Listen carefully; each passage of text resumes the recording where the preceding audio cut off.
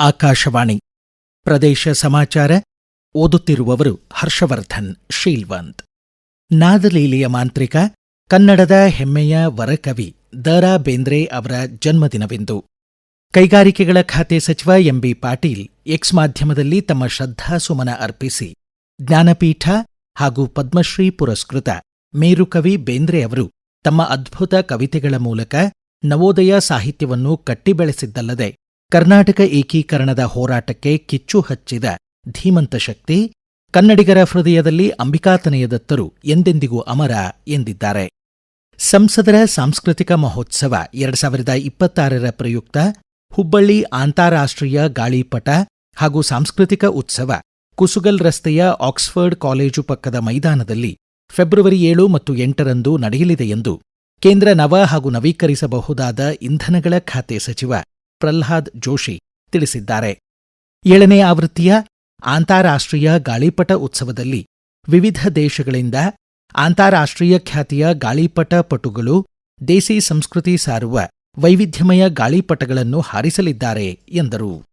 ನಾಳೆ ಫೆಬ್ರವರಿ 1 ಭಾನುವಾರ ಕೇಂದ್ರದ ಮುಂಗಡ ಪತ್ರವನ್ನು ಕೇಂದ್ರ ಹಣಕಾಸು ಖಾತೆ ಸಚಿವರಾದ ನಿರ್ಮಲಾ ಸೀತಾರಾಮನ್ ಲೋಕಸಭೆಯಲ್ಲಿ ಮಂಡಿಸಲಿದ್ದಾರೆ. ಹುಬ್ಬಳ್ಳಿಯ ಖ್ಯಾತ ಉದ್ಯಮಿ ವಸಂತ್ ಲದ್ವಾ ಮಾತನಾಡಿ, ದಿವಂಗತ ಸುರೇಶ್ ಅಂಗಡಿಯವರು ಕೇಂದ್ರ ಸಚಿವರಾಗಿದ್ದಾಗ ಪ್ರಸ್ತಾಪಿಸಿದ್ದ 71.1 ಕಿಲೋಮೀಟರ್ ಉದ್ದದ ಧಾರವಾಡ ಕಿತ್ತೂರು ಬೆಳಗಾವಿ ಹೊಸ ರೈಲು ಮಾರ್ಗ ಯೋಜನೆಗೆ ಬಜೆಟ್ನಲ್ಲಿ ಪ್ರಾವಧಾನ ಕಲ್ಪಿಸಿ ಆದ್ಯತೆ ನೀಡಿ ಘೋಷಿಸುವ ನಿರೀಕ್ಷೆಯಿದೆ ಎಂದಿದ್ದಾರೆ. ಆರೋಗ್ಯ ಮತ್ತು ಕುಟುಂಬ ಕಲ್ಯಾಣ ಇಲಾಖೆ ಸೆಲ್ಕೋ ಫೌಂಡೇಶನ್ ಸಹಯೋಗದಲ್ಲಿ ಸೌರ ಸ್ವಾಸ್ಥ್ಯ ಯೋಜನೆ ಅಡಿ ವಿಜಯಪುರದ 52 ಪ್ರಾಥಮಿಕ ಆರೋಗ್ಯ ಕೇಂದ್ರಗಳಲ್ಲಿ ಸೌರ ವಿದ್ಯುತ್ ಫಲಕಗಳನ್ನು ಅಳವಡಿಸಿದೆ. ಸೌರ ಇ-ಮಿತ್ರ ಮೊಬೈಲ್ ಅಪ್ಲಿಕೇಶನ್ ವಿದ್ಯುತ್ ನಿರ್ವಹಣೆಗೆ ಸಹಕಾರಿಯಾಗಿದೆ. ಪ್ರದೇಶ ಸಮಾಚಾರಕ್ಕಾಗಿ ಜಿಲ್ಲಾ ಸರ್ವೇಕ್ಷಣಾಧಿಕಾರಿ ಅಪ್ಪಾಸಾಹೇಬ್ ಇನಾಮದಾರ್ ಮಾಹಿತಿ ನೀಡಿದ್ದಾರೆ. ಜಿಲ್ಲೆಯಲ್ಲಿ ಟೋಟಲ್ ನಮ್ಮಲ್ಲಿ PSC 69 PSC ಇದಾವೆ. ಈ ಯೋಜನೆ 52 ಅಲ್ಲಿ ಇನ್ಸ್ಟಾಲ್ ಆಗಿದೆ. ಇದು ಲಾಂಚ್ ಆಗಿದ್ದು ನವೆಂಬರ್ 24ರಲ್ಲಿ ಲಾಂಚ್ ಆಗಿದೆ. 148 ಇನ್ಸ್ಟಾಲ್ ಆಗಿದೆ. PSCಗೆ 4-5 ಸಬ್ ಸೆಂಟರ್ ಇರ್ತಾವೆ. ಆ ಸಬ್ ಸೆಂಟರ್ ಅಲ್ಲಿ ಸುಮಾರು ಈಗ 178 ನಮ್ಮ ಸಬ್ ಸೆಂಟರ್ ಇದೆ. 48 ಸಬ್ ಸೆಂಟರ್ ಇನ್ಸ್ಟಾಲ್ ಆಗಿದೆ, ರನ್ ಆಗ್ತಾ ಇದೆ. 52 PSC ಅಲ್ಲಿ ಯೂಸ್ ಆಗ್ತಿದೆ. ಆ PSC ಅಲ್ಲಿ ನಮಗೆ ಅನುಕೂಲ ಏನಾಗುತ್ತೆ ಅಂದ್ರೆ ಈ ಸ್ವಸ್ಥ ಯೋಜನೆಯಲ್ಲಿ ಲೇಬರ್ ಟೈಮ್ ಅಲ್ಲಿ ಹೆಲ್ಪ್ ಆಗುತ್ತೆ. PSC ಅಲ್ಲಿ ಲೈಟ್ಸ್, ಫ್ಯಾನ್ಸ್, ಫ್ರಿಡ್ಜ್, AC ಆಗಲಿ, biochemical lab, CBC analyser, baby ಎಲ್ಲದಕ್ಕೂ ತುಂಬಾ ಹೆಲ್ಪ್ ಆಗ್ತದೆ ನಮಗೆ. ಈ ತರದ ಸಬ್ ಸೆಂಟರ್ ಲೆವೆಲ್ ಅಲ್ಲಿ PSC ಲೆವೆಲ್ ಅಲ್ಲಿ 520 ವ್ಯಾಟ್ ಯೂಸ್ ಆಗುತ್ತೆ. ಬೆಳಗಾವಿ ಜಿಲ್ಲೆ ರಾಯಬಾಗ್ ತಾಲೂಕಿನ ಪ್ರಸಿದ್ಧ ತೀರ್ಥಕ್ಷೇತ್ರ ಚಿಂಚಲಿ ಮಾಯಕ್ಕಾದೇವಿಯ ಜಾತ್ರಾ ಮಹೋತ್ಸವ ನಾಳೆ ಫೆಬ್ರವರಿ 1ರಿಂದ 12ನೇ ತಾರೀಖಿನವರೆಗೆ ವಿಜೃಂಭಣೆಯಿಂದ ನಡೆಯಲಿದೆ. ಈ ಹಿನ್ನೆಲೆ ವಿವಿಧ ಭಾಗಗಳಿಂದ ಆಗಮಿಸುವ ಭಕ್ತಾದಿಗಳ ಮತ್ತು ಪ್ರಯಾಣಿಕರ ಸುಗಮ ಪ್ರಯಾಣಕ್ಕಾಗಿ ನೈಋತ್ಯ ರೈಲ್ವೆ ಚಿಂಚಲಿ ರೈಲು ನಿಲ್ದಾಣದಲ್ಲಿ 8 ರೈಲುಗಳಿಗೆ ತಾತ್ಕಾಲಿಕ ನಿಲುಗಡೆ ಕಲ್ಪಿಸಿದೆ.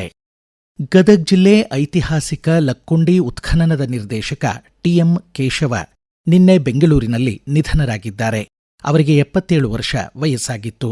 TM ಕೇಶವ ನೇತೃತ್ವದಲ್ಲಿ ನಡೆಯುತ್ತಿದ್ದ ಲಕ್ಕುಂಡಿ ಉತ್ಖನನ ಕಾರ್ಯಕ್ಕೆ ಕೇಶವ ಹಾಗೂ ಶೇಜೇಶ್ವರ್ ಹೆಸರಿನಲ್ಲಿ ಉತ್ಖನನಕ್ಕೆ ಪರವಾನಗಿ ಪಡೆಯಲಾಗಿತ್ತು. ಪುರಾತತ್ವ ಇಲಾಖೆ ನಿವೃತ್ತ ಅಧಿಕಾರಿ ಕೇಶವ ಅವರಿಗೆ ಉತ್ಖನನದ ಸ್ಥಳದಲ್ಲಿ ಇಂದು ಶ್ರದ್ಧಾಂಜಲಿ ಸಭೆ ಜರುಗಲಿದೆ ಎಂದು ಲಕ್ಕುಂಡಿ ಪಾರಂಪರಿಕ ಪ್ರದೇಶ ಅಭಿವೃದ್ಧಿ ಪ್ರಾಧಿಕಾರದ ಆಯುಕ್ತ ಶರಣು ಗೋಗೇರಿ ತಿಳಿಸಿದ್ದಾರೆ. 2 ಬಾಲ ಹಾಗೂ ಕಿಶೋರ ಕಾರ್ಮಿಕ ಮಕ್ಕಳನ್ನು ರಕ್ಷಿಸಲಾಗಿದೆ ಎಂದು ಬಳ್ಳಾರಿ ಜಿಲ್ಲಾ ಬಾಲಕಾರ್ಮಿಕ ಯೋಜನಾ ನಿರ್ದೇಶಕ ಮೌನೇಶ್ ತಿಳಿಸಿದ್ದಾರೆ. ಅಖಿಲ ಭಾರತ ರಕ್ಷಣೆ ಮತ್ತು ಪುನರ್ವಸತಿ ಅಭಿಯಾನದ ಅಂಗವಾಗಿ ಹಿರಿಯ ಸಿವಿಲ್ ನ್ಯಾಯಾಧೀಶ ರಾಜೇಶ್ ಹೊಸಮನೆ ಅವರ ಅಧ್ಯಕ್ಷತೆಯಲ್ಲಿ ಬಾಲ ಹಾಗೂ ಕಿಶೋರ ಕಾರ್ಮಿಕ ಟಾಸ್ಕ್ ಫೋರ್ಸ್ ಸಮಿತಿ ಸಭೆಯಲ್ಲಿ ಈ ಮಾಹಿತಿ ನೀಡಿದ್ದಾರೆ. ಉದ್ದಿಮೆಗಳ ಮಾಲೀಕರಿಗೆ ಮಾಹಿತಿ ಪತ್ರಕ ವಿತರಿಸಿ ಇಲಾಖೆ ಮೂಲಕ ಜಾಗೃತಿ ಮೂಡಿಸಲಾಯಿತು ಎಂದಿದ್ದಾರೆ.